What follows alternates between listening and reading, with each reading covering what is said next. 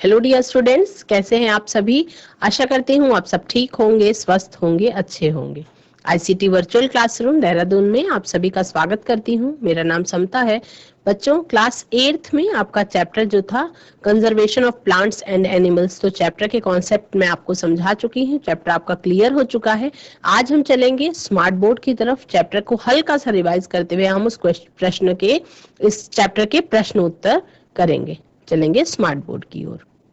Chapter number 7 है पौधों और जंतुओं का संरक्षण, यानी कि conservation of plants and animals. इस चैप्टर में आपको अलग अलग बहुत सारी चीजों के बारे में पढ़ने को मिला। आपने ये जाना कि किस तरह से पौधों और जंतुओं का हम संरक्षण कर सकते हैं। तो हम अध्याय की एक बार समीक्षा कर लेंगे, एक बार रिवाइज कर लेंगे उसको हम, कि हमने कौन कौन से टॉपिक पढ़े हैं इसमें, और उसके बाद फिर हम इस चैप्टर के प्रश्न उत्तर करेंगे। हमने सबसे पहला टॉपिक पढ़ा था कि बच्चों वनोन्मूलन। वनोन्मूलन क्या होता है? तो वनोन्मूलन वो होता है जब किसी निश्चित उद्देश्य की पूर्ति के लिए वनों को अगर संपूर्ण तौर पे एक पूरा उसका प्रॉपर एरिया अगर नष्ट कर दिया जाए तो उसे हम वनोन्मूलन कहते हैं। अब वनोन्मूलन के कुछ निम्नलिखित परिणाम हो सकते हैं। क्या? वनोन्मूलन का कोई फायदा नहीं हो सकता, वनोन्मूलन का केवल नुकसान ही होता है ना। इससे पृथ्वी पर ताप और प्रदूषण के स्तर में वृद्धि होती है। इससे वायुमंडल में कार्बन डाइऑक्साइड जैसे ग्रीन हाउस गैसेस का स्तर बढ़ता है। इसमें भौम जल का स्तर कम हो जाता है, यानी अंडरग्राउंड वाटर जो है उसका लेवल कम हो जाता है, और वनोन्मूलन से प्राकृतिक संतुलन प्रभावित होता है। अब अगर जब टेम्परेचर बढ़ रहा है, पृथ्वी के ताप में वृद्धि हो रही है। क्या हो रहा है? पृथ्वी के ताप में वृद्धि हो रही है। क्यों? वनोन्मूलन के कारण ही पृथ्वी के ताप में भी वृद्धि हो रही है, और उसकी वृद्धि से जल चक्र का संतुलन बिगड़ता है और वर्षा दर में कमी आती है, जिसके कारण क्या होता है? जिसके कारण सूखा पड़ता है। ठीक है। इसके अलावा कार्बन डाइऑक्साइड गैस जो हमारी धरती है, पृथ्वी है, उससे जो एमिटेड ऊष्मीय विकिरण होता है उसको ग्रहण कर लेती है ना। जैसे हमारी धरती से जो भी गर्मी निकलती है वो कार्बन डाइऑक्साइड गैस क्या कर लेती है? अपने पास रोक लेती है, स्टोर कर लेती है। अगर कार्बन डाइऑक्साइड गैस ज्यादा मात्रा में हो जाए तो इससे ग्लोबल वार्मिंग भी बढ़ती जा रही है। धीरे धीरे उर्वर भूमि को मरुस्थल में परिवर्तित होते जाने का जो प्रक्रम है वो क्या कहलाता है? डेसर्टिफिकेशन या मरुस्थलीकरण की प्रक्रिया कहलाती है।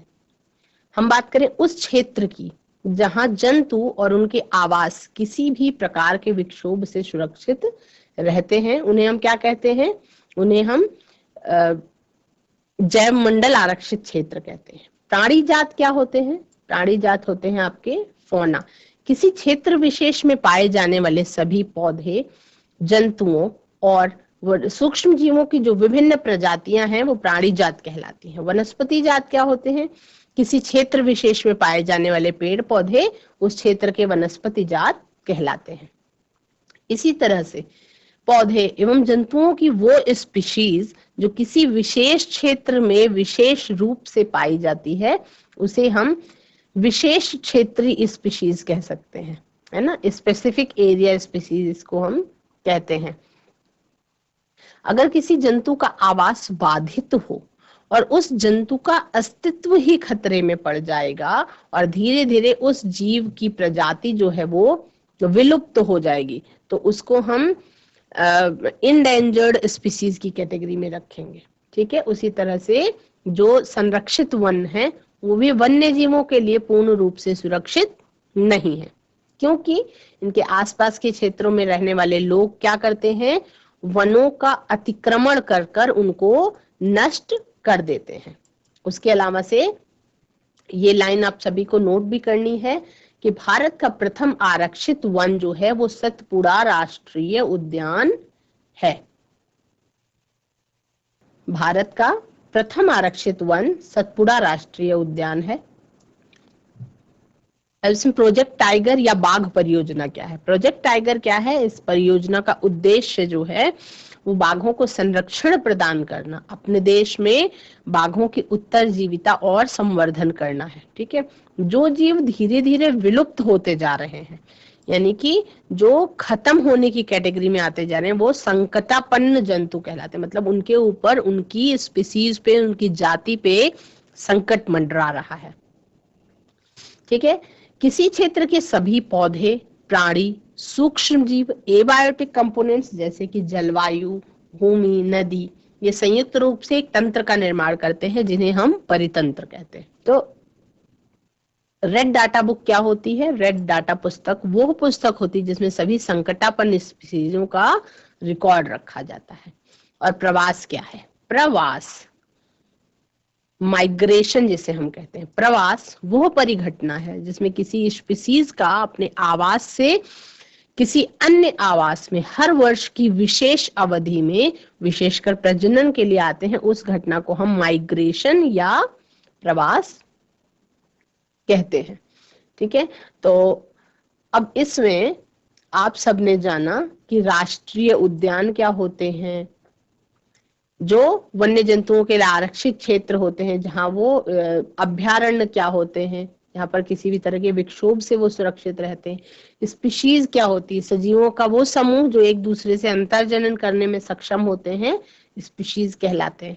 अब आपको क्या करना है बच्चों? क्वेश्चन आंसर करने हैं। तो अब आप सभी नोट करना शुरू करेंगे। प्रश्न संख्या 1 है, रिक्त स्थानों की उचित शब्दों द्वारा पूर्ति कीजिए। ये सभी बच्चे नोट करेंगे। का वह क्षेत्र जिसमें जंतु अपने प्राकृतिक आवास में संरक्षित होते हैं डैश कहलाता है। नोट करेंगे सभी बच्चे अपनी कॉपी में, वह क्षेत्र जिसमें जंतु अपने प्राकृतिक आवास में संरक्षित होते हैं डैश कहलाता है। रिक्त स्थानों की उचित शब्दों द्वारा पूर्ति कीजिए। इसमें का आप नोट करेंगे बच्चों, वह क्षेत्र जिसमें जंतु अपने प्राकृतिक आवास में संरक्षित होते हैं डैश कहलाता है। और इसके खाली स्थान में भरेंगे अभ्यारण्य। क्या लिखेंगे? अभ्यारण्य। नोट करेंगे सभी बच्चे साथ साथ में। ख लिखेंगे, अगर का सभी बच्चे नोट कर चुके हैं तो ख लिखेंगे, किसी क्षेत्र विशेष में पाई जाने वाली स्पीशीज डैश कहलाती है। ख लिखेंगे, किसी विशेष क्षेत्र में, किसी क्षेत्र विशेष में पाई जाने वाली स्पीशीज क्या कहलाती है?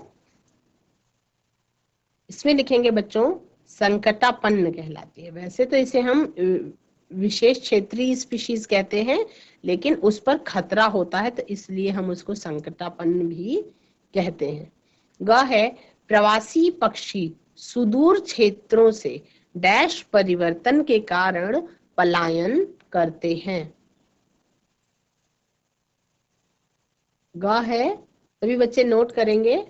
ग है, प्रवासी पक्षी सुदूर क्षेत्रों से डैश परिवर्तन के कारण पलायन करते हैं। में आपको लिखना है प्रवासी पक्षी सुदूर क्षेत्रों से जलवायु परिवर्तन के कारण पलायन करते हैं।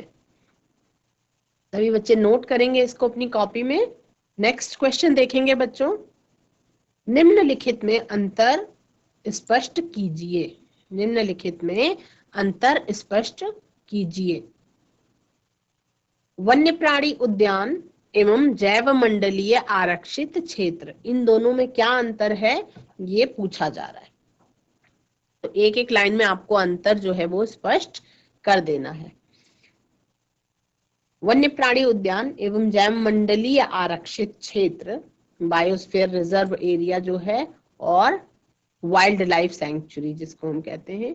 तो वन्य प्राणी उद्यान, यह वन्य प्राणियों के संरक्षण के लिए बनाया गया है।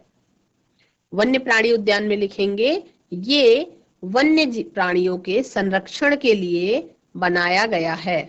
लिखेंगे यह वन्य प्राणियों के संरक्षण के लिए बनाया गया है।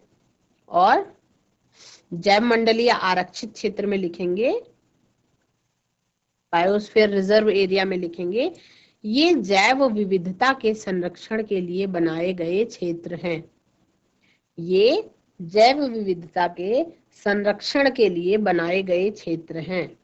दूसरा है, लिखेंगे चिड़ियाघर में और अभयारण्य में क्या अंतर है। देखो देखने में एक जैसा ही लगता है ना, लेकिन एक्चुअल में अलग अलग चीजें हैं, तो इसलिए उसमें अंतर आपको ये वाला अच्छे से समझ लेना है ना। चिड़ियाघर और अभयारण्य में क्या अंतर है, चिड़ियाघर एवं अभयारण्य। नोट करेंगे सभी बच्चे। चिड़ियाघर वह वन्य जीवों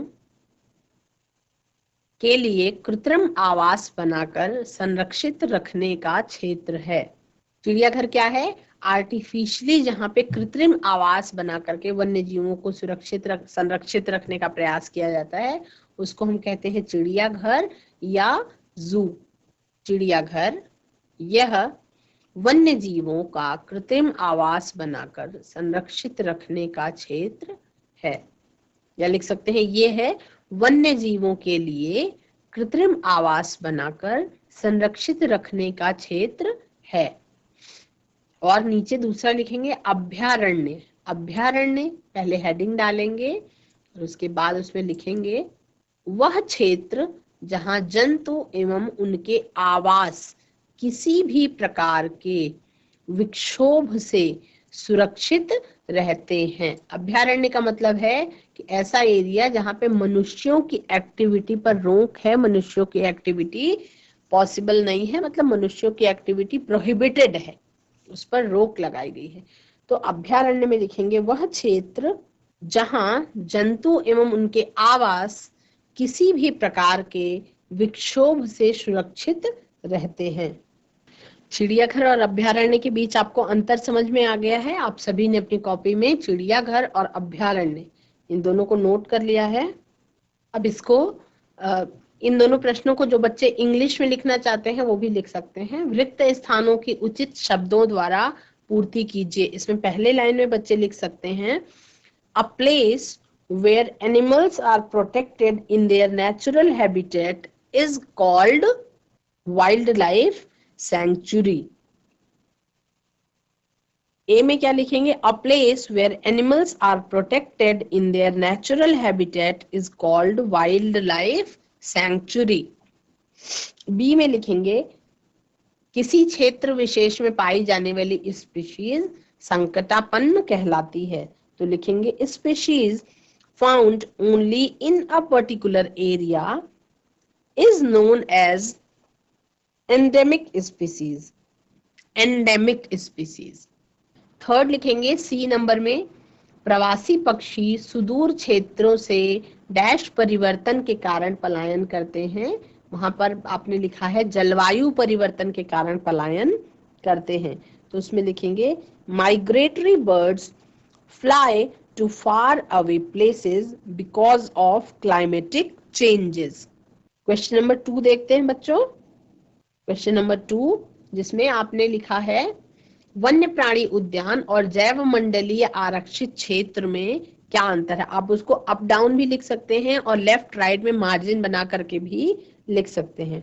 पहला है आपका वन्य प्राणी उद्यान और जैव मंडलीय आरक्षित क्षेत्र, इसको हम इंग्लिश में कहते हैं वाइल्ड लाइफ सैंक्चुरी और बायोस्फीयर रिजर्व कहते हैं। वाइल्ड लाइफ सैंक्चुरी और बायोस्फीयर रिजर्व। तो वाइल्ड लाइफ सैंक्चुरी एक्चुअली में क्या होती है, वन्य प्राणी उद्यान क्या होता है, an area protected for animals where animals can live in their natural habitat is known as wildlife sanctuary. In these sanctuaries, hunting, poaching, grazing, felling trees are strictly prohibited. These are about 440 wildlife sanctuaries in India. Bharat देश में लगभग 440 wild life sanctuaries या वन्य प्राणी उद्यान हैं। जैव मंडलीय आरक्षित क्षेत्र में लिखा आपने ये जैव विविधता के संरक्षण के लिए बनाए गए क्षेत्र हैं। बायोस्फीयर रिजर्व में लिख सकते हैं बच्चे an area which is conserved to protect the biodiversity and culture of that area is known as biosphere reserve. Full stop. A biosphere reserve is consisted of many protected areas like sanctuaries, national parks, lakes, mountains, etc. और अपने भारत में कितने हैं? There are 15 biosphere reserves in India. उसके बाद next आपने देखा चिड़ियाघर एवं अभ्यारण्य। तो वन्य प्राणी उद्यान और अभ्यारण्य जो है वो एक ही चीज होती है, ठीक है। जू और वाइल्ड लाइफ सैंक्चुरी। जू जो है उसमें लिखेंगे हिंदी में आपने लिखा है यह वन्य जीवों के लिए कृत्रिम आवास बनाकर संरक्षित रखने का क्षेत्र है। लिख सकते हैं it is a place where animals live in artificial habitat। और दूसरा जू के लिए या चिड़ियाघर के लिए लिख सकते हैं the animals are protected for public view, जो एकदम सही बात है, लोगों के लिए, जनता को देखने के लिए। the animals are protected for public view and they are spread in small areas। वो छोटे से क्षेत्र में फैले हुए होते हैं और जनता के देखने के लिए उनको चिड़ियाघर में कृत्रिम आवास बना करके संरक्षित रखा जाता है। वाइल्ड लाइफ सैंक्चुरी में लिखेंगे it is the place where animals live in natural habitat और the animals are protected and conserved in very large areas. The areas are prohibited for hunting, grazing और फेलिंग ट्रीज। संकटापन्न में लिखेंगे वे जीव जो धीरे धीरे विलुप्त होते जा रहे हैं संकटापन्न जंतु कहलाते हैं। और विलुप्त स्पीशीज में लिखेंगे वे जीव जो बिल्कुल विलुप्त हो चुके हैं विलुप्त स्पीशीज कहलाते हैं। जैसे कि एग्जाम्पल में हम संकटापन्न में बाघ और चीता लिखेंगे और विलुप्त स्पीशीज में हम डायनासोर लिखेंगे। हम एंडेंजर्ड स्पीसीज लिखेंगे the species which are at the verge of extinction, यानी कि विलुप्त होने की कगार पे हैं, and which are required to be protected and conserved are known as endangered species. Endangered species का मतलब खतरे में है जो प्रजातियां, उनको हम एंडेंजर्ड स्पीसीज कहते हैं। जैसे कि आपका टाइगर है और वाइल्ड बफेलो है एक्सेट्रा। और अगर हम एक्सटिंक्ट यानी विलुप्त जातियों की बात करें तो the species which no more exist on the earth are known as extinct species, जैसे कि डायनासोर। उसके बाद नेक्स्ट पार्ट है बच्चों फ्लोरा एंड फौना, वनस्पति जात और प्राणी जात। तो वनस्पति जात और प्राणी जात में वनस्पति जात में लिखेंगे किसी विशेष क्षेत्र में पाए जाने वाले पेड़ पौधे उस क्षेत्र के वनस्पति जात कहलाते हैं। लिखेंगे फ्लोरा में लिखेंगे all plants live occurring in an area is known as flora.